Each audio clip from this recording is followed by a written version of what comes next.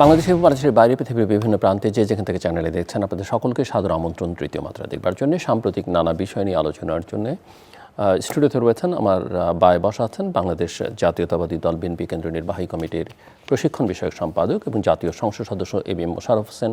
আমার ডানে রয়েছেন সাংবাদিক, সম্পাদক, লেখক আবু সাইদ খান। স্বাগত আপনাদের দুজনকে তৃতীয় মাত্রায়। এবিএম মোশাররফ হোসেন, বর্ষাকাল, ডেঙ্গু বাড়তে শুরু করেছে, হামের প্রভাব এখনও যায়নি, প্রায় নিয়মিতই বাচ্চারা মারা যাচ্ছে এবং দ্রব্যমূল্য ইনফ্লেশন একটা হিসেবেই বলছে যে গত 3 মাস ধরে সর্বোচ্চ। সো আমি আপনার কাছে একটু বুঝতে চাই যে বাংলাদেশ কী ধরনের ভবিষ্যতের জন্য প্রস্তুত হচ্ছে বা আপনারা কোন জায়গায় বাংলাদেশকে নিয়ে যেতে চাইছেন? ধন্যবাদ আপনাকে জিলুর ভাই, ধন্যবাদ আমার শ্রদ্ধেয় আবু সাইদ খান সহ দর্শক সবাইকে আমি শুভেচ্ছা জানাচ্ছি। আপনি যে সমস্যাগুলির কথা বলেছেন, এই সমস্যাগুলি বাংলাদেশে আছে, এগুলিকে অস্বীকার করার কোনো সুযোগ নেই। এখন বরং আরেকটা নতুন যোগ হয়েছে, আপনার যদি সেটা হলো বন্যা। এখনও অতিবৃষ্টিতে বন্যা, যেমন চট্টগ্রাম শহর অনেকটা তলিয়ে গেছে, রাঙ্গামাটি দেখলাম সর্বশেষ মাটি ধসে মানুষ মারা যাচ্ছে, রোহিঙ্গা ক্যাম্পে বন্যা, জলাবদ্ধতা, এদিকে সিলেট অঞ্চল হচ্ছে। সুতরাং এই সিজনটা একটু সংকটের সময়। আর আপনি দেখেন যে একটা সরকার ক্ষমতা রাষ্ট্রীয় দায়িত্ব গ্রহণ করেছে 4 মাস, এর মধ্যে এই বাজেট অধিবেশন এখনও চলছে, একটা বাজেট পাশ হয়েছে, অর্থাৎ সরকারের কিছু পরিকল্পনা আছে, সেই পরিকল্পনাটা বাস্তবায়ন করে এটা ফলাফল দেওয়ার মতো সময় এখনও আসেনি। আপনি দেখবেন এই সরকারটা যখনই দায়িত্বটা গ্রহণ করেছে তখন হামের একটা ব্যাপক প্রাদুর্ভাব দেখা দিয়েছে এবং প্রায় 600-র মতো কিন্তু শিশু মারা গিয়েছে। এটা একমাত্র কারণ ছিল যে হামের টিকা দীর্ঘ 2 বছর পর্যন্ত দেওয়া হয়নি, যার কারণে কিন্তু এই পরিণতিটা সরকারকে ফেস করতে হচ্ছে। তারপর অর্থনৈতিক ক্ষেত্রেও যেই আপনি বললেন যে মুদ্রাস্ফীতি বেশি, মূল্যস্ফীতি বেশি, এইটা হওয়ার এইটাও তো আপনার কারণ যেই পরিমাণ এই সিজনটা যে পরিমাণ সরবরাহ দরকার ছিল সেটা অনেক ক্ষেত্রে হয়তো পারা যাচ্ছে না, বা যোগাযোগ বিচ্ছিন্নতা, কৃষকরা যে ফলবে সেটাও এখন সেই ধরনের প্রস্তুতিও এখন পুরোপুরি নিতে পারেনি, যার জন্য এখন বাজেট নতুন হয়েছে। সুতরাং এই বাজেটের মাধ্যমে আপনি দেখবেন যে সরকার বেশ কিছু টার্গেট নির্ধারণ করেছে, কীভাবে মুদ্রাস্ফীতিকে নিয়ন্ত্রণে আনা যায়, কিভাবে আপনার এই যে আপনি যে রোগগুলির কথা বললেন যে হাম, আমাদের ডেঙ্গু, এগুলিকে কিভাবে কন্ট্রোল করা যায় সেইটার জন্য সরকারের যে পদক্ষেপগুলি এগুলো নিয়েছে, এগুলো এখন রাতারাতি তো আর এই ফলগুলি দেখা যাবে না। 30 তারিখ মাত্র বাজেট পাস হয়েছে, এখনও আমার মনে হয় এই মাসে, জুলাই মাসেও বাজেট ডিস্ট্রিবিউট হবে না, হয়তো ফিল্ডে এটা কার্যক্রম শুরু হবে আগামী আগস্ট-সেপ্টেম্বর থেকে। তো এই জন্য কিন্তু এবার সংসদে একটা নূতন দাবি উঠেছিল যে আমরা এমন সময় বাজেটটা পাস করি যে যখন একটা প্রতিকূল একটা আবহাওয়া তখন থাকে। সেটা তো অনেকদিন ধরে আলোচনা হচ্ছে যে অর্থ বছরটা চেঞ্জ করে ফেলা করতে পারলে এই পরিস্থিতিটা হয়তো এটা ফেস করতে হতো না, কিন্তু এইটাও তো সবার একটা ঐক্যমত দরকার আছে। তারপর আরেকটা বড় সংকট আপনি লক্ষ্য করেছেন কিনা, যে এই যে বাজেট যখন শেষ হয় মানে মে-জুন মাসে, তখন যাতে সারা বছরে বাজেট পাশের বাস্তবায়নের হার হলো 30%, 35%, 2 মাসে হঠাৎ করে 80%, 90% কীভাবে হয়ে যায়। এখানেও কিন্তু একটা শুভঙ্করের ফাঁকি আছে, একটা দুর্নীতির ছোঁয়া এখানেও আছে, এটা অস্বীকার করার কোনো সুযোগ নেই। তো যার কারণে আসলে এই সমস্যাগুলি সমাধান করলেও আমাদের প্রক্রিয়াগতভাবে আমাদের এগোতে হবে। এবং এই সরকার দেখবেন যে এবার স্বাস্থ্যক্ষেত্রে বেশ বাজেট বাড়িয়েছে, শিক্ষা খাতে আমরা বাজেট বাড়িয়েছি, আমাদের সোশ্যাল যে সেফটি নেটওয়ার্ক আছে সেখানে আমরা এবার বাজেট বাড়িয়েছি। তো সুতরাং আমার মনে হয় এই প্রকল্পগুলি যদি যখন আমাদের বাস্তবায়ন হবে তখন আপনি যে সমস্যাগুলি বলছেন এগুলি অনেকটা মোকাবিলা করতে কিন্তু আমরা সক্ষম হব বলে আমি মনে করি। আচ্ছা, আবু সাইদ খান। তো সরকার যারাই ক্ষমতায় আসেন মানে অতীতে বর্তমানে উপরের দিকে তাকান এবং উপরের সমস্যা অর্থাৎ সেগুলো সমাধান করতে করতেই চলে যায়। ব্যাংক ঠিক করবে কিনা, যেগুলো বাস্তব ব্যাপার, ব্যাংক ঠিক করবে কিনা, দুর্নীতি বন্ধ হবে কিনা, রাজনীতির সমস্যা, এগুলো নিয়েই সরকার ব্যস্ত থাকে। কিন্তু ওয়েলফেয়ার স্টেট বলতে যেটা হয় যে নিচের তলার মানুষ যারা শ্রমজীবী কর্মজীবী যারা মানুষ, তাদের দিকে নজরটা সেইভাবে দেওয়া হয় না। আর একটা আপনার এখন তো সরকার বলবে আমরাই তো এবার কল্যাণমুখী রাষ্ট্রের দিকে যাচ্ছি এবং সরকার বলছে, ফ্যামিলি কার্ড, কৃষক কার্ড, নানা কিছু এবং করে। মুশাররফ সাহেব সেটা বললেন যে এটা 4 মাসে তো এটা সম্ভব না।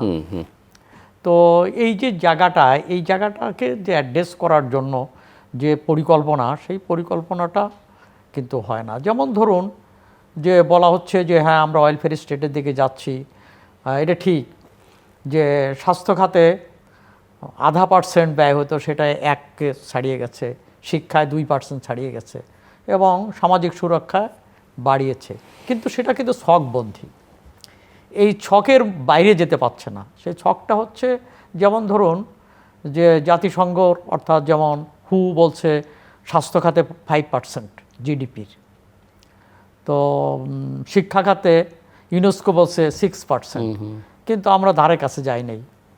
প্রতিবেশী যদি আপনি চিন্তা করেন যে ভুটান 6-এর উপরে শিক্ষা খাতে তাদের জিডিপির 6-এর উপরে ব্যয় করছে, ভারত কিন্তু শিক্ষা খাতে তাদের জিডিপির তো 4-এর ভিতর ঘোরপাক খাচ্ছে, আমরা 2-এর ভিতর ঘোরপাক খাচ্ছি। তাহলে সেখানে একটা রেডিক্যাল চেঞ্জ সেটা কিন্তু হচ্ছে না।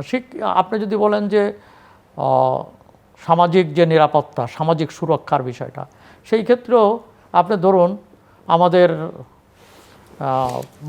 সে বয়স্ক ভাতা সম্ভবত 6 থেকে 700 টাকা করা হয়েছে, তাই তো, কি 500 টাকা থেকে 600 টাকা করা হয়েছে।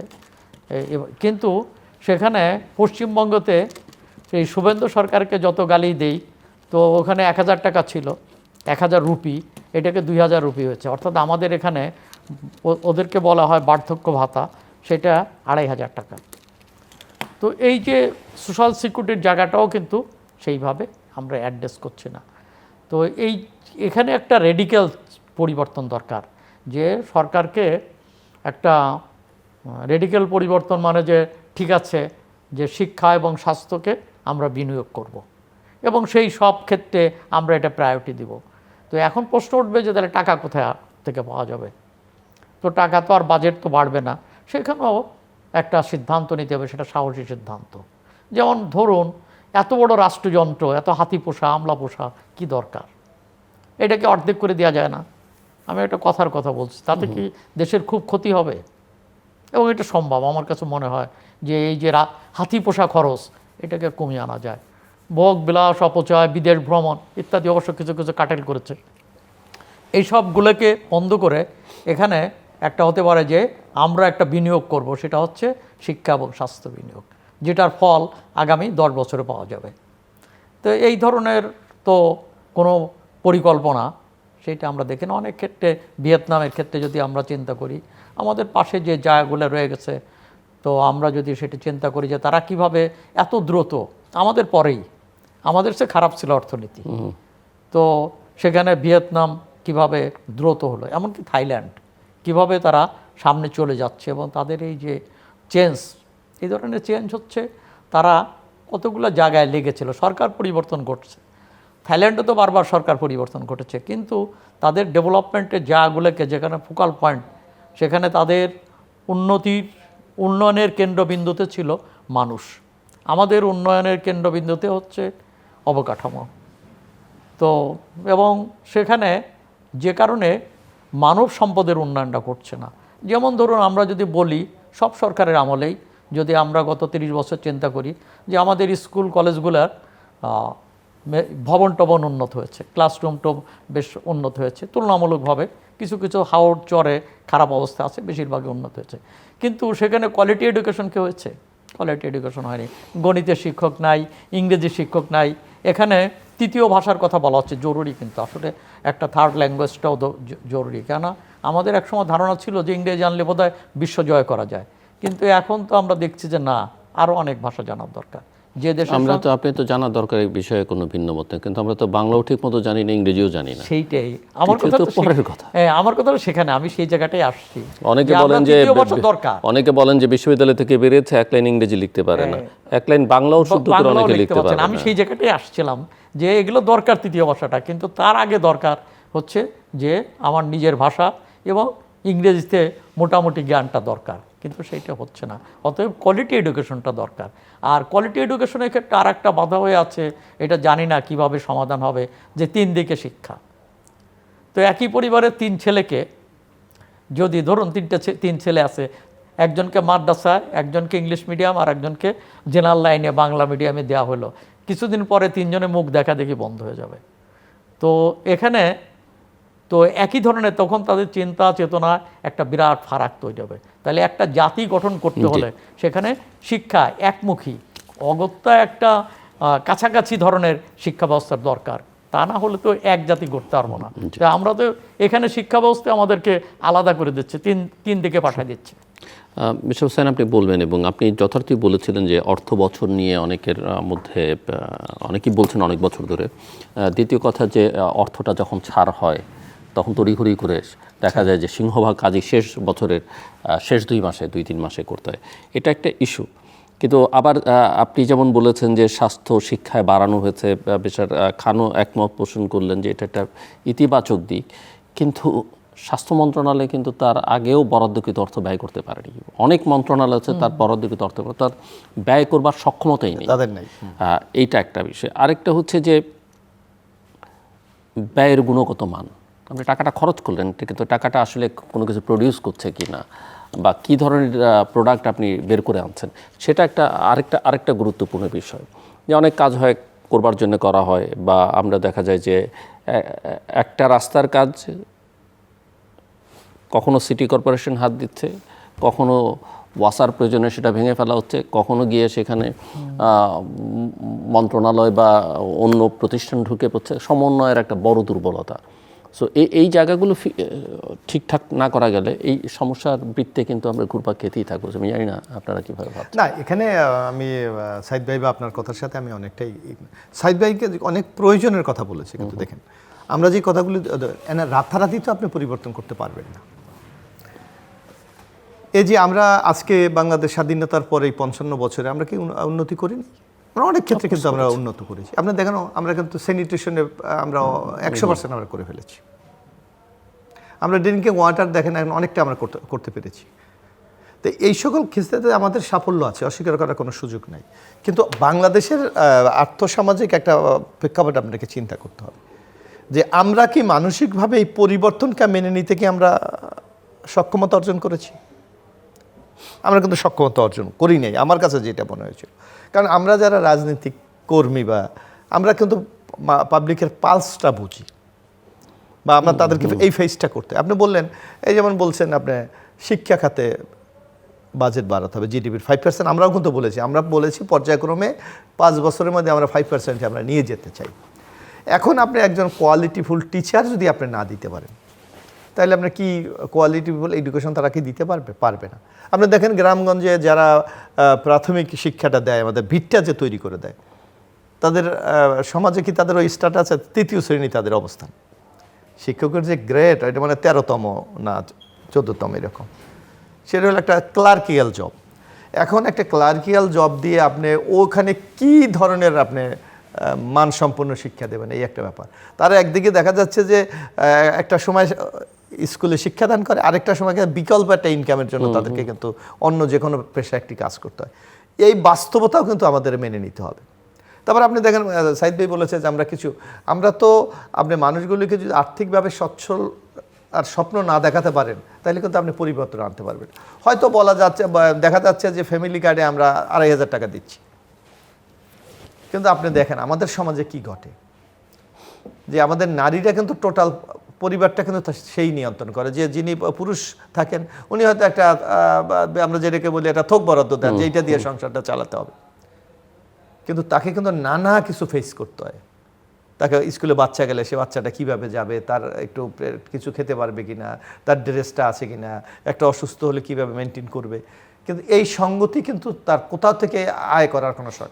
আমরা এই প্রথমবার চেষ্টা করেছি যে একটা ন্যূনতম তাকে একটা স্বাচ্ছন্দ্য দেওয়া যায় কিনা, যার জন্য 2,500 টাকা করে করা হয়েছে। আপনি ফার্মারদের দেখেন একই অবস্থা।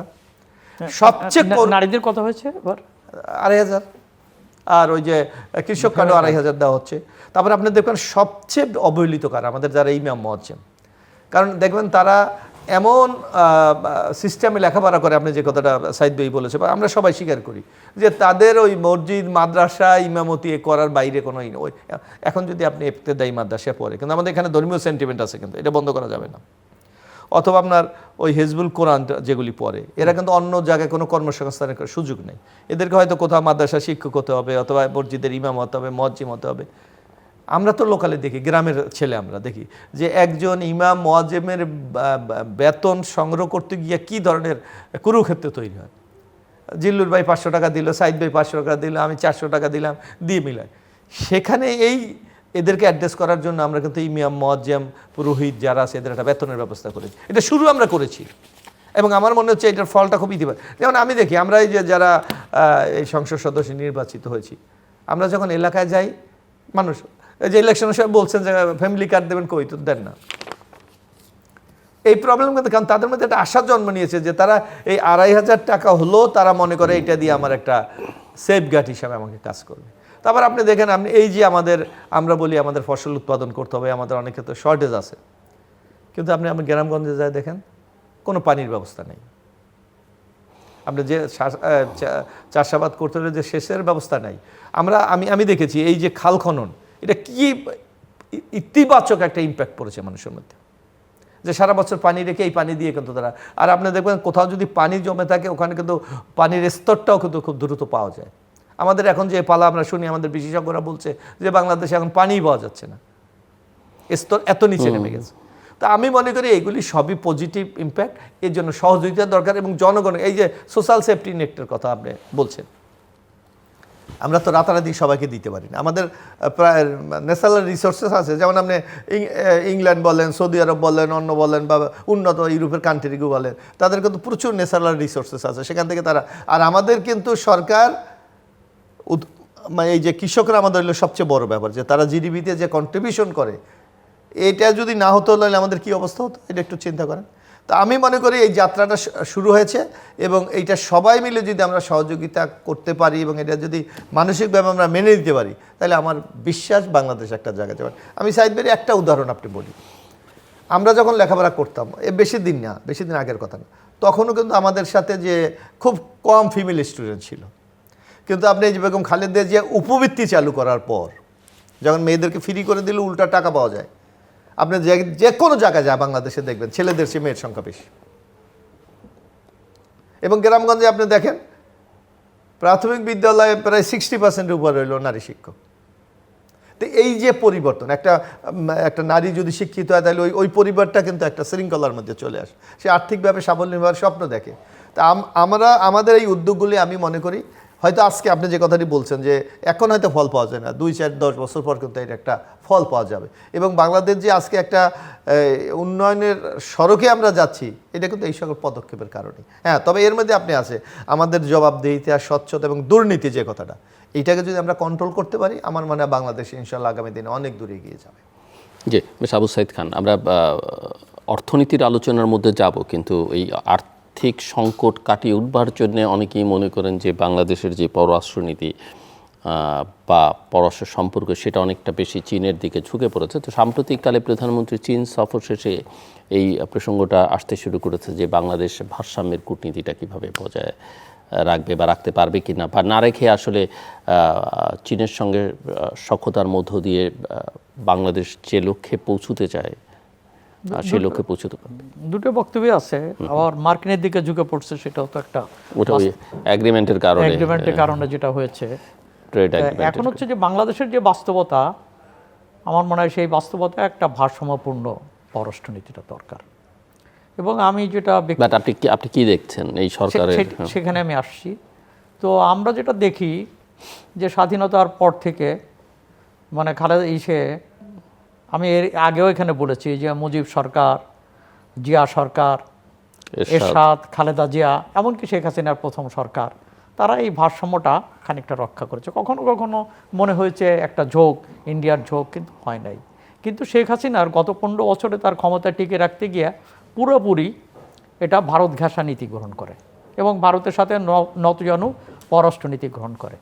অন্তর্বর্তী সরকার এসে তারা উল্টোটা মার্কিনের সঙ্গে নতজানু পররাষ্ট্রনীতি গ্রহণ করে এবং যে চুক্তি করে সেই চুক্তির মধ্য দিয়ে বাংলাদেশ বার্গেন করার ক্ষমতা, পণ্য কেনা বেচার ক্ষেত্রে, বিশেষ ক্রয়ের ক্ষেত্রে বার্গেন করার ক্ষমতাটা ক্ষুণ্ণ হয়। তো এই নীতিটা গ্রহণ করে এই জায়গাটা, এখানে আমাদের সঙ্গে ভারসাম্যটা আগে ছিল যে চীন এবং ভারতের সাথে, কিন্তু মাঝখানে কিন্তু আমেরিকা ঢুকে গেছে। আমেরিকা কিন্তু সরাসরি এই জায়গাটা তার ছিল না। তো এখন হলো যে কতগুলো রিয়েলিটি, যেমন ধরুন ইনভেস্টমেন্ট, ভারত বাংলাদেশের ডেভেলপমেন্টের জন্য বিনিয়োগ করতে পারবে না, কেন তার সেই অবস্থাটা নেই অর্থনৈতিকভাবে, সেই সাপোর্টটা এটা চীনের পক্ষে সম্ভব। কিন্তু ভারতের সঙ্গে রিলেশনের জায়গাটাও, যেটা অনেকে মনে করে যে না ভারতের সঙ্গে আমরা রিলেশনটার দরকার নাই, সেটাও ঠিক না। অতএব এখানেই ভারসাম্যটা দরকার। আরেকটা হচ্ছে যে চীনের ক্ষেত্রে ভারতের বাধা দেওয়ার তো আমি কিছু দেখি না, কেন ভারত নিজেই তো চীনের দিকে ঝুঁকে পড়ছে। ভারতের সঙ্গে চীনের রাজনৈতিক তর্ক হচ্ছে, বাহাস হচ্ছে, কিন্তু অর্থনৈতিকভাবে চীনের পর ডিপেন্ডেন্সি তার বাড়ছে। দ্রুত চীনের অর্থনৈতিক যোগাযোগ, ভারতের বাজারে চীনা পণ্য ঢুকে গেছে। অতএব সেই ক্ষেত্রে আমাদের বিনিয়োগে কোথায় বাধা তো আমি দেখি না। আমার মনে হয় সেইটাকে সম্ভব, এটা খুব কঠিন কিছু না। এটার মধ্যে দিয়ে যে পররাষ্ট্রনীতি চীনের সঙ্গে যে ডেভেলপমেন্ট, যেমন ধরুন যে মিয়ানমারের মধ্য দিয়ে যে করিডোর বিষয়টা, অর্থনৈতিক করিডোরই তো বলে এটাকে। তো এইটার ব্যাপারটা, এটার সঙ্গে তো ভারতও যুক্ত হতে পারে, এবং চীন অলরেডি ভারতকে প্রস্তাবও দিয়েছে। এবং এই ধরনের এই ধরনের যোগাযোগ ব্যবস্থা, সড়ক ব্যবস্থা, এটা করার ক্ষেত্রে তো ভারতের উদ্যোগ ছিল। ভারতও মিয়ানমারের সঙ্গে এটা করার চেষ্টা করেছে, কিন্তু পারছে না। তো এখন একটা হলো যে এইটা তো প্রতিযোগিতার ব্যাপার না, এখানে যে একসঙ্গেই এটা অর্থনৈতিক এই অঞ্চলের উন্নয়নের ব্যাপারে এটা সহযোগিতা হতে পারে। সেটা কি এখানে হচ্ছে বাংলাদেশের কূটনৈতিক যোগ্যতার ব্যাপার, কূটনৈতিকভাবে তার সেই দক্ষতা দরকার, যে একই সঙ্গে ভারত, চীন, এমনকি মার্কিনের সঙ্গে তার সুসম্পর্ক বজায় রেখেই আমাদেরকে উন্নতি করতে হবে। বাংলাদেশ এমন ব্যাপারটা না যে কোনো একটা দেশের সঙ্গে জোট বেঁধে যে এগোতে পারবে, এমনটা না। তো যেমন ধরুন এটা করতে গিয়ে, যেমন এইটা আমরা বোধহয় যেটা দেখলাম যে ইরানের সময় যে আমাদের জাহাজ ইরানে আটকে রাখলো, কী জন্য?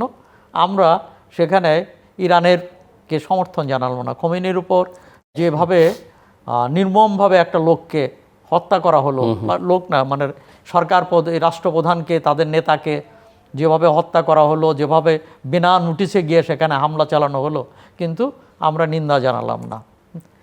এটা তো ইরানের রাষ্ট্রদূত এখানে খোলামেলাই বলল, যে কারণে দেখা গেল যে ভারতের জাহাজ ছেড়ে দিচ্ছে, পাকিস্তানের জাহাজ ছেড়ে দিচ্ছে, কিন্তু হরমুজ প্রণালীতে আমাদের জাহাজ আটকে রাখলো। এই 6 মাস আটকে রাখা হয়েছে। তো ইরানের সঙ্গে আমাদের সম্পর্কের সেইটা নাই। কিন্তু এখানে যোগ্যতা আমি সেই দিক দিয়ে বলবো যে পাকিস্তান অনেক যোগ্যতার পরিচয় দিয়েছে। পাকিস্তান এক সময় একসাথে ইরানের ওখানেও রাষ্ট্রপ্রধান যাচ্ছে, সরকার প্রধান যাচ্ছে, আবার মার্কিনের সঙ্গে সম্পর্ক রাখছে। তাহলে এইটা হচ্ছে কূটনৈতিক। হ্যাঁ, এর কিছু কারণও থাকতে পারে, যে কারণে আমেরিকাকে কারো ওপর ভর করতে হয়েছে, সেখানে তাদের সিলেকশন ছিল, চয়েস ছিল পাকিস্তান, সেটাও হতে পারে। কিন্তু আমার বক্তব্য হচ্ছে এই যে কূটনৈতিক যোগ্যতাটা, এটা দরকার। এবং কেবলমাত্র শক্তি না, হ্যাঁ এখানে অস্ত্রের শক্তি ভারসাম্য, এটাও তো সেটা আর একটা সাবজেক্ট, কিন্তু তার বাইরেও কূটনৈতিক যোগ্যতার মধ্য দিয়ে রাষ্ট্র তার ভারসাম্যটাকে রক্ষা করতে পারে। না, আমি সাইদের সাথে একমত। আমাদের অবশ্যই একটা ভারসাম্য পররাষ্ট্রনীতি আমাদের থাকতে হবে। আমাদের যেমন ভারতকেও যেমন প্রয়োজন, চায়নাকেও প্রয়োজন, আবার আমেরিকাও আপনি অস্বীকার করতে পারবেন। কিন্তু এখন হলো কতটুকু আমরা ট্যাটফুলি এটা ম্যানেজ করতে পারি। আপনি দেখবেন এই যে আরেকটা জিনিস, যে আমাদের বাংলাদেশে বিশেষ করে বর্তমান গভর্নমেন্টের একটা অন্যতম একটা কমিটমেন্টও আমি কর্মসংস্থান তৈরি করব। তো কর্মসংস্থান তৈরি করতে হলে আপনাকে বিনিয়োগ লাগবে, অর্থ লাগবে। তো অর্থ একমাত্র চায়না ছাড়া এই মুহূর্তে বিশ্বে কেউ দেওয়ার মতো সক্ষমতা খুব কম রাষ্ট্রেরই আছে। তো সুতরাং আমার টাকার দরকার হলে আমাকে চায়নাকে লাগবে। এই ভারত আমাদের সাথে সম্পর্ক ভালো আছে, কিন্তু ভারতকে কখনো কিন্তু আমাদেরকে অর্থনৈতিকভাবে সেই সহায়তার কোনো সক্ষমতা তাদের নাই।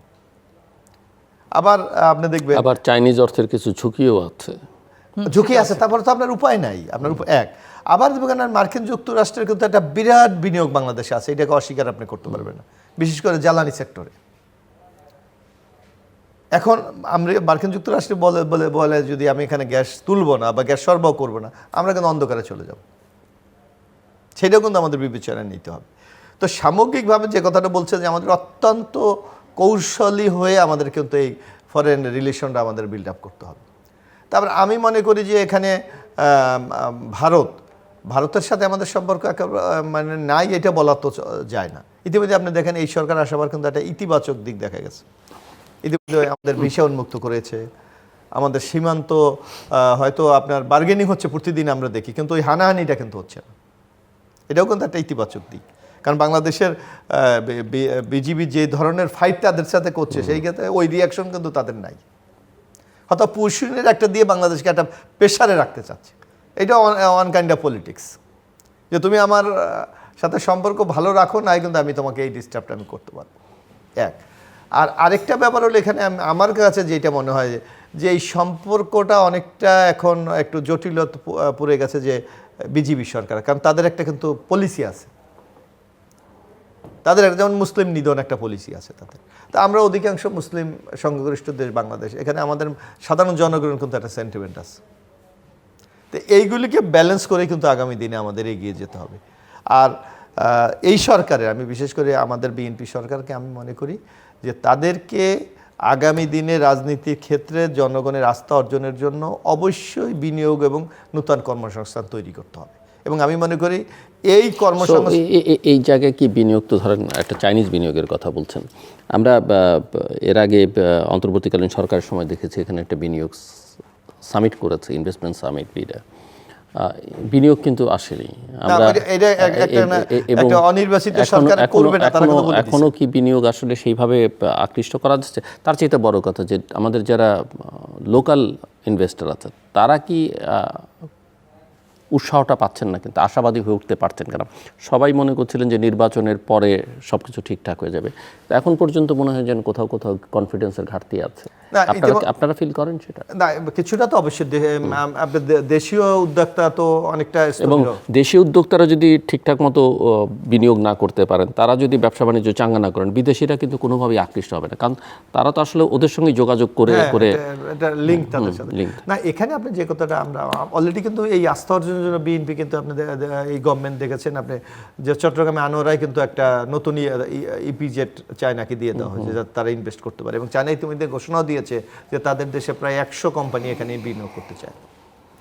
তারপর আপনি দেখেন এই যে কোনো শিল্পায়নের জন্য আপনাকে কিন্তু জ্বালানি সরবরাহ করতে হবে। আমাদের এখানেও কিন্তু আমরা একটা বিরাট সংকটে আছি, যার জন্য সরকার দেখেন নতুন কূপ খননের জন্য কিন্তু ট্রাই করছে, আগের যেই আমাদের জ্বালানির গ্যাসের যেগুলোকে রিনোভেশন চেষ্টা করছে, এবং সমুদ্রের তৈল গ্যাস অনুসন্ধানের জন্য ব্লকের কিন্তু ইজারা বারবার দিচ্ছে, কিন্তু এখনও কিন্তু হচ্ছে না চূড়ান্ত। এগুলো প্রচেষ্টা আছে গভর্নমেন্টের, আপনি দেখতে হবে গভর্নমেন্ট কতটুকু। আর আওয়ামী লীগের আমলে দেখবেন যে 15 বছর তারা ছিল, তৈল গ্যাস অনুসন্ধানে কোনো পদক্ষেপ নেয়নি। তারা ভাবছিল রেন্টাল, কুইক রেন্টালে সব দিকে ব্যবসা, বিদ্যুৎ বিক্রি করে ব্যবসা, আবার আমদানি করে ব্যবসা সাময়িক, কিন্তু এই সরকার তো সেই দিকে আগাচ্ছে না। সরকারের উদ্দেশ্য ওই যে কথাটি সাইদ ভাই বলেছে, ওয়েলফেয়ার স্টেট, জনগণের স্বস্তিতে রাখা। আপনাকে দেখতে হবে সেই ক্ষেত্রে সরকারের কোনো কার্পণ্য আছে কিনা, অত সরকারের সেখানে নীতিগতভাবে কোনো দ্বিধাদ্বন্দ্বে আছে কিনা। আমার মনে হয় না। সরকার চাচ্ছে এই সকল সংকট সমাধান হোক এবং সংকটের মাধ্যমে আগামী দিনে বাংলাদেশটা আমরা এগিয়ে নিয়ে যাই। আবু সাইদ খান, আপনি কি মনে করেন? এখানে হচ্ছে যে কতগুলো জায়গা তাকে করতে হবে, যেমন ধরুন যে আমরা আমাদের তেল গ্যাসের যে জায়গাগুলো আছে, সম্ভাব্য জায়গাগুলোকে সবই যারা দিতে পারি, তাড়াতাড়ি ফল পাওয়া যাবে একটা। আর একটা হতে পারে না, আমরা বাপেক্সকে শক্তিশালী করে নিজেরা উত্তোলনটা করব। এটার ফল পেতে সময় লাগবে, কিন্তু এটা স্থায়ী ফল পাওয়া যাবে। কিন্তু আমরা কোনো সরকারই বাপেক্সকে শক্তিশালী করে নাই। শেখ হাসিনা সরকার তো সেই উদ্যোগ একবার নিয়েছিল, এবং প্র্যাকটিক্যালি বাপেক্সও তো কিছু করতে পারেনি। হ্যাঁ, বক্তৃতায় বলেছে, কিন্তু বাস্তবে সেটা করে নাই। তো এখন হচ্ছে যে আমাদের নিজস্ব জায়গাগুলোকে বাপেক্সকে উন্নত করা, তো সেইটা আমরা আমাদের কৃষির উপর নির্ভরতা, যাতে বিদেশি নির্ভরতা কমে আনা, কৃষিকে আরও স্বয়ংসম্পন্ন করা, এই সমস্ত কাজ। কিংবা এখানে উৎপাদন, এখানে আমরা দেখি যে দুটা, যেমন বাংলাদেশে ধনীদের ভিতর দুটো ট্রেন্ড আছে। একটা ট্রেন্ড হলো যে টাকা পয়সা নিয়ে বিদেশে চলে যাওয়া, এটা যেটা আমরা দেখতে পাচ্ছি, এবং রাষ্ট্র তাদেরকে প্যাট্রোনাইজ করছে। আর যারা দেশে শিল্প কলকারখানা গড়তে চায়, দেশের উন্নয়ন চায়, তাদেরকে কিন্তু গভর্নমেন্ট প্যাট্রোনাইজ করে না, অতীতের গভর্নমেন্ট করে নাই। তো এই গভর্নমেন্টের এই দৃষ্টিভঙ্গি পরিবর্তনটা দরকার, যে যারা এখানে উৎপাদনমুখী কর্মকাণ্ডের সঙ্গে যুক্ত তাদেরকে প্যাট্রোনাইজ করা।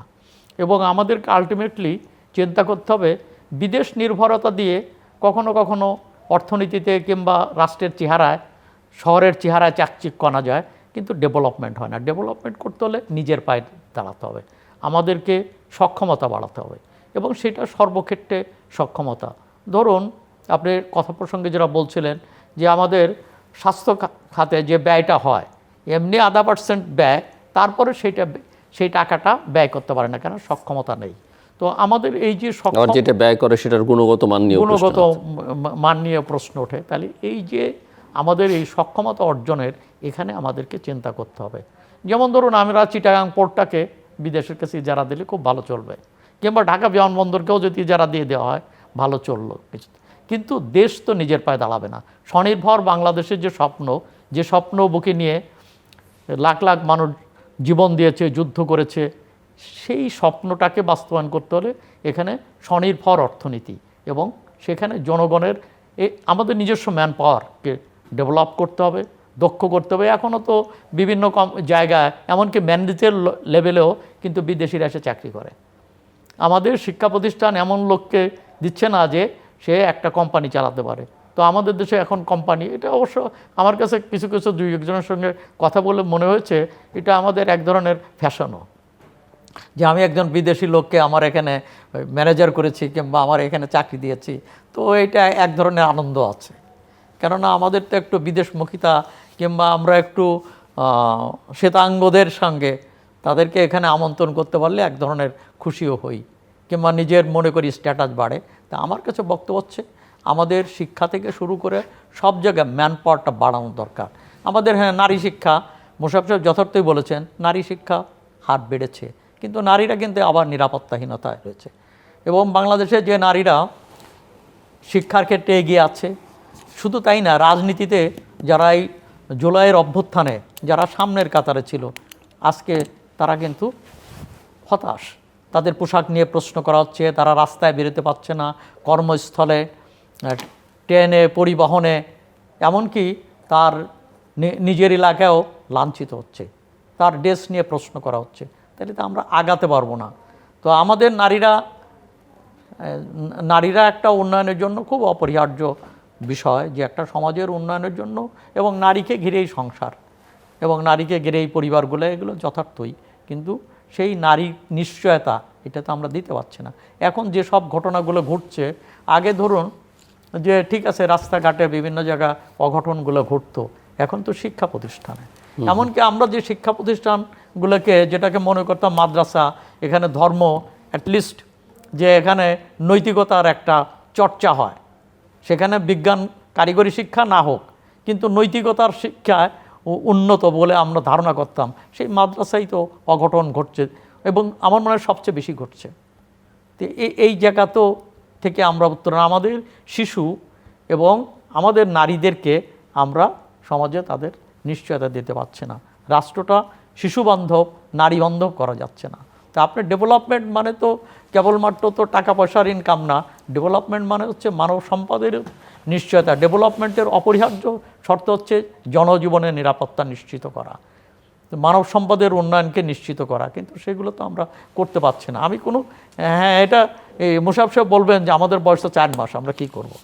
সরকার তো এখানে ছিল যে কোনো ফর্মে, এখানে পৌরসভা ছিল, সিটি কর্পোরেশন ছিল, জনগণ ছিল। এবং মূল বিষয় হচ্ছে যে ধারাবাহিকতাটা, একটা সরকার যাবে, তারা কিছু কাজে গিয়ে রাখবে, অন্যরা এসে শেষ করবে, মানে সরকার তো এভাবেই চলে, এভাবেই চলতে হবে। কিন্তু সেখানে আমাদের বাংলাদেশে হয় না, বাংলাদেশে সেখানে ছেদ ঘটছে। অতএব সেই জায়গা থেকে আমার মনে হয় উন্নয়নের ফোকাল পয়েন্ট হওয়া উচিত, কেন্দ্রবিন্দু হওয়া উচিত মানব সম্পদের উন্নয়ন, এবং নিজেদের সম্পদ নিজেরা কিভাবে ব্যবহার করতে পারি, এটা এই দৃষ্টিভঙ্গি থাকলে এখন হয়তো বা সময় লাগবে, কিন্তু আখেরে ফল পাওয়া যাবে। হয়তো বা 10 বছর পরে বাংলাদেশ একটা উন্নত দেশে কিংবা স্বনির্ভর দেশে পরিণত হবে। সেই স্বপ্নটা আমাদের লালন করা দরকার। আপনি কি মনে করেন যে মানব সম্পদ উন্নয়নের দিকে সরকার খুব একটা মানে না, তো সরকার চেষ্টা করছে, এটা অস্বীকার করার কথা। সরকার নানা ধরনের কিন্তু আপনি দেখেন কর্মসূচি গ্রহণ করে দেয়, কিন্তু আমাদের দেশের মানুষের মনস্তাত্ত্বিক যে একটা সংকট, এইটাও আপনাকে বিশ্লেষণ করতে হবে। সেটা কীরকম? সেটা হলো ধরেন আমাদের দেশের এখানে একটা ধরেন আমরা একটা ধর্মীয় ফোবিয়া আছে, এটা অস্বীকার করার কোনো সুযোগ নেই। যেটা আমরা হয়তো বাংলাদেশকে একটা মুসলিম রাষ্ট্র, আমরা অনেক মডার্ন, কিন্তু তারপরেও একটা অংশ কিন্তু আছে এখন ওই আধুনিকতায় তারা নিজেদেরকে অ্যাডজাস্ট করতে পারে, অ্যাডাপ্টেশন তারা করতে পারে নাই। এই সংকটটা কিন্তু আছে, যেটা সাইদ ভাই তো আকার ইঙ্গিতে বোঝাবার চেষ্টা করেছেন। তারপর আপনি দেখবেন এই যে সাইদ ভাইয়ের সাথে আমি পুরোপুরি একমত না, নারীদের এই ঘটনার পার্সেন্টেজটা কত আপনি দেখতে হবে, যে এই সংকট দু একটা ঘটছে, কিন্তু এটা কি আমাদের সমাজকে মেনে নিচ্ছে? বরং আমাদের দেশে যে সংকটটা তৈরি হচ্ছে সেইটা হলো কর্মসংস্থানের অভাবে আমাদের ইয়ং জেনারেশন বিরাট একটা হতাশার মধ্যে আছে। ড্রাগ এবং ইয়াবা একটা ইম্পর্টেন্ট প্রবলেম। আপনি দেখবেন গ্রামগঞ্জে পর্যন্ত এটা ছড়িয়ে গেছে, কারণ আমাদের এই যে সাপ্লাই চেইনটা এত উন্মুক্ত যেখানে গভর্নমেন্ট কোনোভাবে কন্ট্রোল করতে পারছে না। আপনাদের একদিকে আমাদের 3টা অংশ ভারতের সাথে যুক্ত, একটা অংশ মিয়ানমার সাথে যুক্ত, এখানে বঙ্গোপসাগরের বিরাট অংশ ওপেন। এই যে আপনার সার্কুলেশন চেইনটা, এইটাকে তো কন্ট্রোল করা হবে, যার কিন্তু আমাদের ইয়ং যুব সমাজ কিন্তু মানে অনেকটা বিপথে চলে যাচ্ছে। এই আমরা কিন্তু এবারও আপনি দেখেন যে সংসদে কিন্তু এটা নিয়ে ব্যাপক আলোচনা হয়েছে, এবং আমরা বলেছি একটা আইন পাস করা হোক এভাবে যে যা ড্রাগের আসামি যেই হোক না কেন বিচার সম্পূর্ণ না পর্যন্ত তার জামিন দেওয়া যাবে না। আমরা এটা আজকে করতে জানি, কালকে মানবাধিকার সমাজ রাস্তায় নেমে যাবে যে হিউম্যান রাইটসকে ভায়োলেশন করা হচ্ছে, কিন্তু একটা জায়গায় তো করতে হবে। যেমন আমরা একটা বিল পাস হয়েছে যে আপনার ডিজিটাল কেউ যদি ডিজিটাল নকল এগুলি করে তাহলে তার 5 বছর জেল। আপনি দেখবেন 2 দিন পরে বলবে যে ইয়ং লোক, এরা বোঝে না, এদের বিরুদ্ধে এই শাস্তিটা কেন চাপিয়ে দেওয়া হয়েছে। অর্থাৎ এগুলিকে সমাজের সর্বস্তরের মানুষ যদি সহযোগিতা না করে তাহলে কিন্তু পারা যাবে না। সুতরাং আমাদের সবাইকে এই পরিবর্তনটাকে মেনে, যেমন ঢাকা শহরে আপনি একটা প্রবলেমের এখন দেখেন, এখন কোনো আমার মানে এই গভর্নমেন্টের পক্ষ সম্ভব সেটা, এই যে আপনার অটো, এই যে আপনার ইঞ্জিন চালিত অটো, আপনি দেখেন প্রতিনিয়ত অ্যাক্সিডেন্ট হচ্ছে, রিক্সা রাস্তাঘাটে চলা যাচ্ছে না, কিন্তু আপনি একটা যে কোনো গভর্নমেন্টের পক্ষে এখন এটা হঠাৎ করে বন্ধ করা সম্ভব? সো আপনি একটা ঢাকার প্রশ্ন টেনে আনলেন, আমি নিজেও প্রশ্নটা করতে চাইছিলাম যে আমাদের এই নগর পরিকল্পনা, নগরের যে পরিবহন নীতি, ট্রান্সপোর্ট পলিসি, এবং একই সঙ্গে আমরা যে জলবায়ু পরিবর্তনের যে ঝুঁকির মধ্যে আছি, তো এই 3টে আসলে একটা আরেকটার সঙ্গে সম্পর্কিত, এবং 3টে বিষয়কে একসঙ্গে কিভাবে ভাবা যায় বা সেই পরিকল্পনা না, এইটা দরকার না। এখন বর্তমান গভর্নমেন্ট কিন্তু কিছু পরিকল্পনা আগাচ্ছে, হয়তো রাতারাতি হয়ে যাবে না। আপনি দেখেন ইতিমধ্যে বৃক্ষরোপণ শুরু হয়েছে, যেটা জলবায়ুর ক্ষেত্রে, এটা ক্লাইমেট চেঞ্জের ক্ষেত্রে গুরুত্ব রাখবে। আমরা যদি খাল খনন করতে পারি আমাদের পানির প্রবাহ বাড়বে। এর পাশাপাশিও কিন্তু আমাদের আরও কিছু পদক্ষেপ নেওয়া আমাদের উচিত বলে আমরা মনে করি, কিন্তু সেইটা তো সবার সহযোগিতা দরকার। আপনি দেখেন আমি যে অঞ্চলের বাসিন্দা, এই যে দক্ষিণাঞ্চল কুয়াকাটা, ওই অঞ্চলে আমাদের ওখানে আমরা প্রচণ্ড প্রবলেম ফেস করছি। সেটা হলো একদিকে লবণাক্ততা বেড়ে যাচ্ছে, উষ্ণতা বেড়ে যাচ্ছে, সমুদ্র কোথাও ভেঙে যাচ্ছে, আবার কোথাও চর যাচ্ছে। এই যে ক্লাইমেট চেঞ্জ, এইটাকে মোকাবেলা করার জন্য, এইটার জন্য তো যেটা বলা হয় যে কপ যেটা বলে ওয়ার্ল্ডের, এটার জন্য তো আমি বাংলাদেশ দায়ী না, কিন্তু আমাকে তো এটা উন্নত বিশ্বের ইম্প্যাক্টটা তো আমার উপরে এসে পড়ছে। সুতরাং সামগ্রিক সিদ্ধান্ত না নিলে এই অবস্থা থেকে কিন্তু বেরিয়ে যাওয়া যাবে না, এটাও কিন্তু আমাদের মাথায় রাখতে হবে। জি, মিস্টার আবু সাইদ খান। সেগুলো করতে হলেও যে জিনিসটা দরকার, এই যে লুটপাট দুর্নীতিটা ঠেকানো দরকার। কুয়াকাটার প্রসঙ্গেই বলি, আমি বোধহয় বছরখানেক আগে কুয়াকাটা গেলাম, তো সেখানে কুয়াকাটার যে গাছগুলো, সমুদ্রের পাড়ে যে গাছগুলো, সেগুলো কেটে নিয়ে যাওয়া হচ্ছে, কোনো নেই এবং এইটার কোনো প্রোটেকশনের কোনো ব্যবস্থা নেই। তাহলে আমাদের এইটার তো গাছ তো হচ্ছে আমাদের তো পাহারা দেয়, আমাদের তো প্রোটেক্টর হচ্ছে গাছ। তো এই যে সবুজায়ন, বনায়ন তো করার দরকার।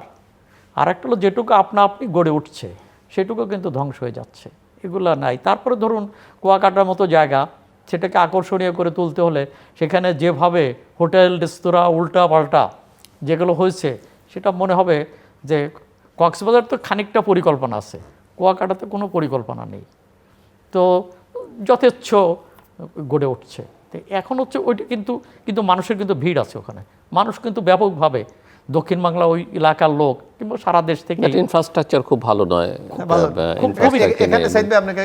টুরিস্ট অ্যাট্রাক্ট করার মতো এখনো যতটুকু ওখানে কুয়াকাটা আজকে যে পর্যায়ে উন্নীত হয়েছে, এটা কিন্তু সব প্রাইভেট সেক্টরে, গভর্নমেন্টের, এবং সেটাও খুব পরিকল্পিত না।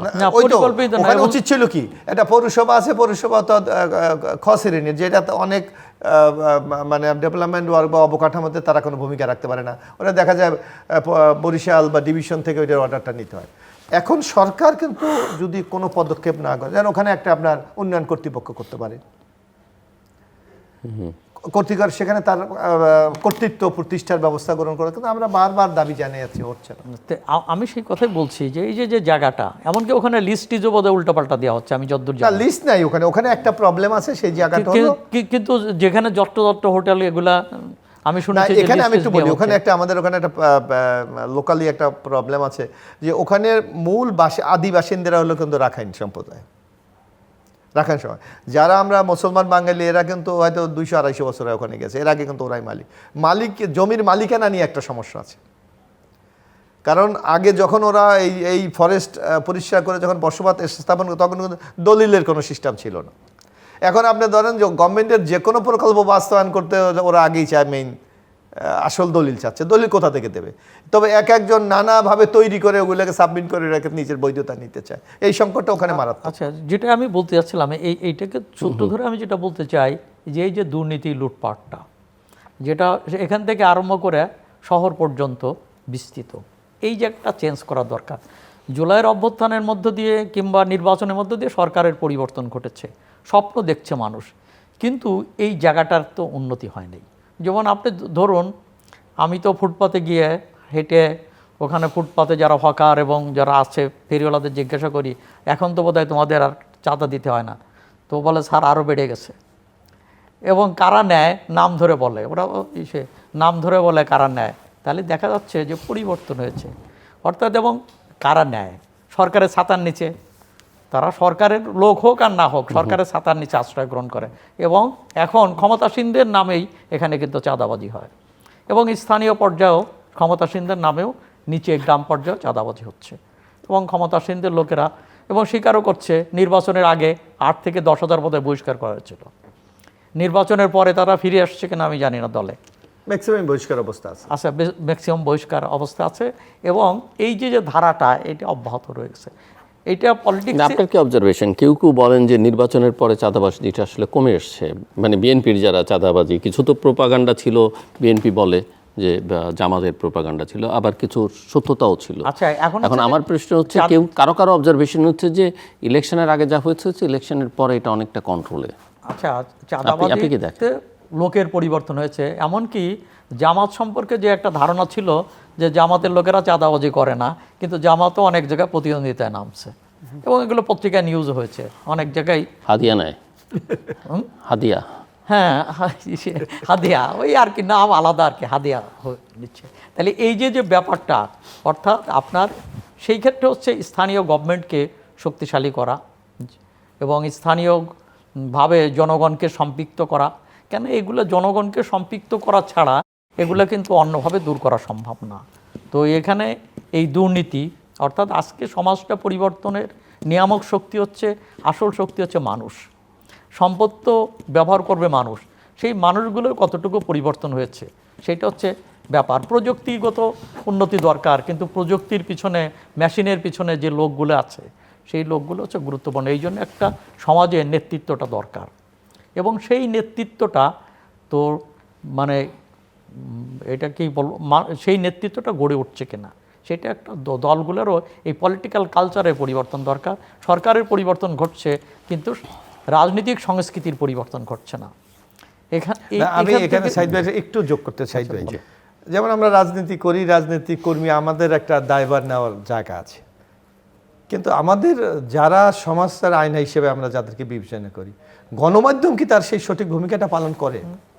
মোটেই করছে না। কারণ আপনি এই যে কথাটি আমাদের জিল্লুর ভাই যে কথাটি বলেছে, আপনি এই যে বিএনপিকে নির্বাচনের আগে একটা চাঁদাবাজি হিসাবে একটা ট্যাগ দেওয়ার একটা চেষ্টা করা হয়েছে, এর কতটুকু সত্যতা আছে? কারণ বাংলাদেশে এখন এমনভাবে ছড়িয়ে ছিটে অনলাইন, ফেসবুক, এমন গণমাধ্যম তৈরি হয়েছে, এদের তো কোনো জবাবদিহিতা নাই।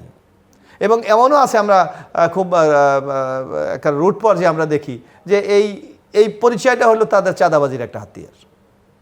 হয়তো মেইন স্ট্রিম মিডিয়া এটা দায়িত্ব নেবে না, কিন্তু বাংলাদেশে এর অস্তিত্ব তো আছে, অস্বীকার করার কোনো সুযোগ নেই। এখন একটা লোক হলে আপনারা গণমাধ্যম কি হয়, আমার নাম এবিএম মোশাররফ হোসেন নাম, আপনি এক পৃষ্ঠা পুরো একটা চাঁদাবাজির খতিয়ান আমরা চেপে দিলেন।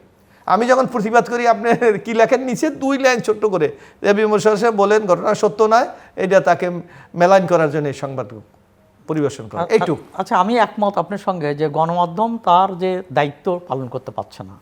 এর মানে এই নয় যে গণমাধ্যমের কর্মীরা সবাই দুর্নীতিগ্রস্ত হয়ে গেছে, না সেটা আমি বলছি না, সেটা না, আমি সেটা বলছি, কিন্তু গণমাধ্যমের যে পরিবর্তনটা করার দরকার সেটা তারা পারছে না, এবং গণমাধ্যমও বাণিজ্যিকভাবে চালিত হচ্ছে এবং বিভিন্নভাবে গণমাধ্যমের ভিতরে রাজনীতি ঢুকে গেছে। এখানে গণমাধ্যমও তারা মানে যা দেখছে তা বলছে না, বলতে পারছে না, এটাও ঠিক, আর একটা বলছেও না। গণমাধ্যমও এর কর্মীরাও তার সুবিধার দিকে তাড়িত হচ্ছে। মিডিয়াগুলো ধরেন সরকারের এক ধরনের নিয়ন্ত্রণ, ধরুন যদি বর্তমান সরকার বলে যে আমরা নিয়ন্ত্রণ করছি না, কিন্তু স্বআরোপিত নিয়ন্ত্রণ হচ্ছে। সেখানে মিডিয়াগুলো মনে করছে সরকারের দিকে তাকায় তাকায় নিউজ লিখতে হয়, যে সাহস তার, যে সে মনে করছে এমন কিছু করা যাবে না যে ক্ষুব্ধ হবে। সেটা এক ধরনের আতঙ্ক আছে। আর একটা আছে যে কিছু পাওয়ার সংস্কৃতি আছে। আমরা সংবাদকর্মীরা কে কত সরকারের কাছে গিয়ে কিংবা প্রশাসনের কাছে গিয়ে নিজেদের চেহারা বদলাতে পারি, এই ধরনের মানসিকতা আমাদের মধ্যে রয়েছে। না না, আমি অতএব সমাজকে এইটা সাইড, এটা আপনি বললেন একটা টপ লেভেল, এদের তো দায়িত্ববোধ আছে। এটা উনি মানে বলেছেন, হয়তো মানে এখন হয়তো বলবেন যেটা রুরাল লেভেলে যে সাংবাদিকতা, এই সাংবাদিকতাটা আসলে যে সাধারণ মানুষ ছাপার অক্ষর দেখলেই ভয় পায়, মানে ওইখানে আসলে সাংবাদিকতার নামে যেগুলো হচ্ছে, করাপশন, চাঁদাবাজি, এক্সটর্শন, এটা কিন্তু সাংবাদিকতার নামে, এবং এই যে অনেক অনলাইন পোর্টাল হয়ে গেছে, একজনকে বলেই আমি তোমাকে ভয় দেখাবো। আর মূলধারার গণমাধ্যমগুলোর একটা প্রবলেম আছে, তারা ওই যে জেলা পর্যায়ে উপজেলা পর্যায়ে যাদেরকে অ্যাপয়েন্টমেন্ট দেয় তাদের কোনো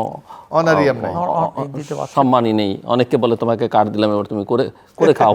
এটা আছে না, এইটাই যে সাংবাদিকরা আগে যে ব্যাপারটা ছিল যে সংবাদপত্র সংক্ষিপ্ত ছিল, কিন্তু একটা নিয়ন্ত্রণ ছিল, স্ট্যান্ডার্ড ছিল, কিন্তু সেইটা এখন নাই, এটা ঠিক।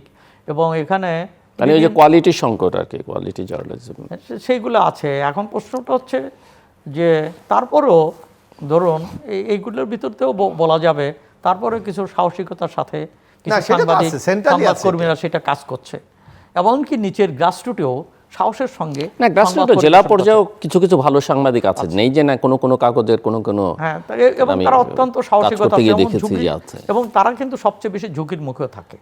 কেননা ধরুন যে ঢাকাতে যে নিরাপত্তাটা আছে, কিন্তু একজন মফস্বলের কর্মী তার সেই নিরাপত্তাটা সেই ধরনের ঝুঁকির মধ্যে আছে। আমরা একটু র্যাপ আপ করি, মানে আলোচনাটা শেষ করে নিই, 2-3 মিনিট সময় আপনার জন্য।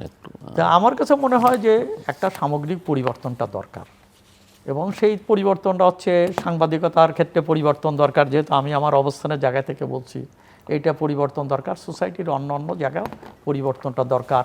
এখানে ব্যবসায়ীদের পরিবর্তন দরকার। তারা বিদেশে টাকা পাঠাবে না দেশটাকে গড়ে তোলার জন্য, দেশে শিল্পায়নের জন্য তারা ভূমিকা নেবে, এই সমস্ত দৃষ্টিভঙ্গিগত পরিবর্তন করা দরকার। কিন্তু পরিবর্তনটা করবে কে? সব কিছু পরিবর্তনের নিয়ামক শক্তি হচ্ছে রাজনীতি। এখন রাজনীতিকেই একটা দায়িত্ব। আমরা দেখি একটা দেশে যখন একটা পরিবর্তন আসে, রাজনৈতিক নেতৃত্বই কিন্তু সেটা পরিবর্তন করে। যেমন অভ্যুত্থানের সংগ্রামের ক্ষেত্রে রাজনৈতিক নেতৃত্ব যেভাবেই কাজ করে, তারা যেমন ভূমিকা পালন করে, ঠিক তেমনই করে তাদেরকে দেশটা গঠনের ক্ষেত্রেও রাজনৈতিক নেতৃত্বকে ভূমিকা গ্রহণ করতে হয়। 55 বছরে দেশ এগিয়েছে, অনেক ক্ষেত্রে এগিয়েছে, কিন্তু প্রশ্ন হচ্ছে কখনো প্রত্যাশা পূরণ করা হয়নি। মুক্তিযুদ্ধের মধ্য দিয়ে আমরা যে স্বপ্ন দেখেছিলাম, সেই স্বপ্ন তখন পূরণ হয়নি, বরং আমরা যেটা দেখেছি সেটা দুঃখ, হতাশাব্যঞ্জক চিত্রই আমরা দেখেছি। জুলাইয়ের 90-এর গণঅভ্যুত্থানের ভিতর দিয়ে আমরা যেটা অ্যাটলিস্ট গণতন্ত্রটা হবে, একটা গণতান্ত্রিক বিধি ব্যবস্থা গড়ে উঠবে, তো সেটা হলো না। এমনকি একটাই কাজ হয়েছিল, সেটা হলো নির্বাচন হয়েছিল, কয়েকটা গ্রহণযোগ্য নির্বাচন হয়েছিল, সেটাও শেষ পর্যন্ত তত্ত্বাবধায়ক সরকার বাতিলের মধ্য দিয়ে সেটাও চলে গেল। সেই স্বপ্নও বাস্তবায়িত হলো, সেটাও আমরা সেই বিজয়টাকে ধরে রাখতে পারলাম না। তো আজকে আবার মানুষ স্বপ্ন দেখছে, এবং আজকে যেমন তারেক রহমান কোন দলের কী বিবেচ্য বিষয় না, সেটা হচ্ছে জুলাইয়ের অভ্যুত্থান উত্তর একটা নির্বাচন, গ্রহণযোগ্য নির্বাচনের ভিতর দিয়ে ক্ষমতায় আসছেন। এখন উনি কেবল এখন আর জনগণের কাছে বিএনপির নেতা না, উনি দেশের নেতা এবং দেশের প্রধানমন্ত্রী। অতএব জনগণ তার দিকে তাকিয়ে আছে। জনগণের আকাশ স্বপ্ন, এই স্বপ্ন বাস্তবায়নটাই করা। দুটো জিনিস আছে এখানে, কর্মীদের চাওয়া পাওয়া আছে, এবং যারা লড়াই করেছে তারা বলবে 17 বছর লড়াই করলাম, এখন কি পাবো। আর একটা হলো জনগণের চাওয়া পাওয়া আছে। এখন সরকারকে সিদ্ধান্ত নিতে হবে যে তার প্রায়োরিটিতে কে আছে, তার অগ্রাধিকারে কে আছে, জনগণ কিনা। এবং জনগণের উন্নয়নের মধ্য দিয়ে সবার উন্নয়ন, সেই দৃষ্টিভঙ্গি রাজনীতি, সেই কল্যাণমুখী রাজনীতি, ওয়েলফেয়ার স্টেটই বলেন যাই বলেন, যে জনকল্যাণমুখী রাজনীতি, সেটি হচ্ছে আজকে সবচেয়ে সময়ের দাবি। জি, সাইদ ভাইয়ের সাথে আমি একমত যে মানুষ কিন্তু পরিবর্তন চায়। এবং এই বিএনপি দেখবেন, বিএনপির কিন্তু এবার যে স্লোগানটা ছিল, এমন মানে বাংলাদেশের মানুষ, আপনি যে বলেছেন যে অবাধ সুস্থ নিরপেক্ষ নির্বাচনের ক্ষেত্রে এটা একটা খুব ইতিবাচক ভূমিকা পালন করছে, সবার আগে বাংলাদেশ, যে আমরা বাংলাদেশটাকে এগিয়ে নিয়ে যেতে চাই। মানুষ এই ব্যাপারে আস্থা রেখেছে। আমার মনে হয় আপনি হয়তো এবং সবার জন্য বাংলাদেশ, সবার জন্য বাংলাদেশ। এবং আপনি দেখবেন আমাদের বর্তমান মাননীয় প্রধানমন্ত্রী এই 4 মাসে কিন্তু এমন দৃষ্টান্ত স্থাপন করেছেন কিছু কিছু ক্ষেত্রে যে বাংলাদেশের মানুষ কিন্তু আমার মনে হয় যে আশাবাদী। আজকেও আমি একটা জরিপ দেখলাম যে প্রায় 76% মানুষ তারেক রহমানের এই ভূমিকায় সন্তুষ্ট। একটা সংস্থা একটা জরিপ করেছে। অর্থাৎ এই যে একটা যাত্রা শুরু হয়েছে, যে আগামী দিনে সবার জন্য বাংলাদেশ, সবার অধিকার প্রতিষ্ঠার বাংলাদেশ, সবার কল্যাণের জন্য বাংলাদেশ, এইটা কিন্তু শুধু একটা দলের পক্ষে বা একটা সরকারের পক্ষে সম্ভব। সরকার যে অর্গানগুলি আছে, এখন আপনি বললেন যে আমলাতন্ত্র একটা বিরাট ইম্পর্ট্যান্ট ফ্যাক্টর। আজকে বিচার বিভাগ, আজকে ধরেন এই গণমাধ্যম, এই প্রত্যেকটা জায়গা যে অর্গানগুলি আছে, এরা যদি তাদের নিজেদের মতো ভূমিকাটা পালন করে, তাহলে সরকার কিন্তু ভুল করতে বাধ্য থাকবে না। কারণ ওনাকে কিন্তু আমি দেখি প্রতিদিন সংসদে, তো আমাদের সংসদ চলে, আমি দেখি মাননীয় প্রধানমন্ত্রী, আপনারা হয়তো লক্ষ্য করেন টিভিতে, বাংলাদেশে যতগুলা পত্রিকা বেরো উনি দেখি প্রত্যেকটা পৃষ্ঠা একটা একটা করে পড়ে। অর্থাৎ উনি বুঝতে চায়, জানতে চায় যে আসলে মানুষের সেন্টিমেন্টটা কি আর গভর্নমেন্টের রোলটা কি, এই দুইটার মধ্যে সমন্বয় করে কিন্তু এগিয়ে যেতে চায়।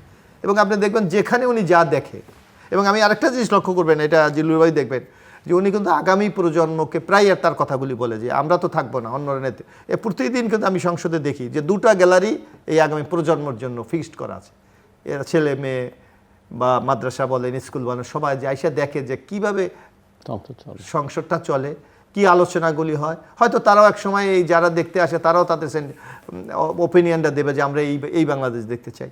আমি মনে করি এই স্টেপগুলি সব ইতিবাচক, কিন্তু এই ইতিবাচক ধারাটাকে এগিয়ে নিয়ে যাওয়ার জন্য এই রাষ্ট্রের যে গুরুত্বপূর্ণ অঙ্গগুলি আছে এগুলিকেও কিন্তু সহযোগিতা করতে হবে, নাই কিন্তু আমরা আগামী দিনে একটা সুখী সমৃদ্ধ সবার জন্য বাংলাদেশ তৈরি করতে পারবো না।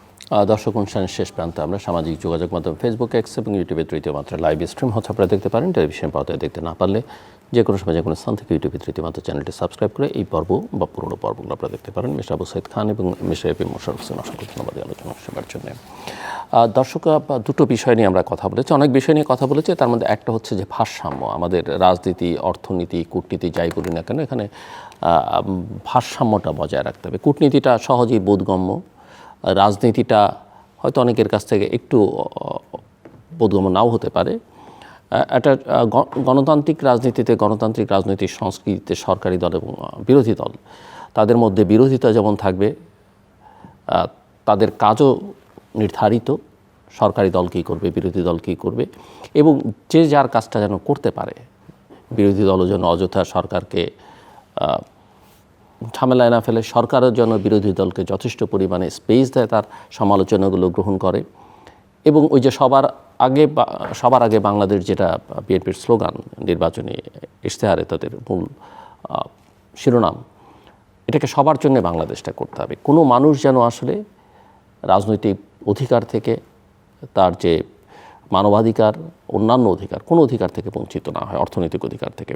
অর্থনীতি তো একটা ভারসাম্য দরকার, কারণ আমাদের আমাদের রাষ্ট্রের যে অর্থ সম্পদ, তা কতিপয় মানুষের কাছে আসলে, আর বাকিরা ওই উপচে পড়া যা থাকে বা চুইয়ে পড়া সেখান থেকে ভোগ করে। এই যে বৈষম্য বাড়ছে সমাজে, রাষ্ট্রে, এই বৈষম্যটা কমিয়ে আনাটাও হচ্ছে ভারসাম্য প্রতিষ্ঠার একটা লক্ষণ। আর আমাদের অর্থনৈতিক রাজনৈতিক উন্নয়ন প্রক্রিয়ায় জনগণের অংশগ্রহণকে নিশ্চিত করতে হবে, এর কোনো বিকল্প নেই। রাজনৈতিক অর্থনৈতিক উন্নয়ন একটাই করলে আরেকটা না করলে হবে না, সবগুলোতেই কিন্তু এটা নিশ্চিত করতে হবে। আমাদের সঙ্গে থাকবার জন্য অসংখ্য ধন্যবাদ, আপনাদের সবার জন্য শুভকামনা।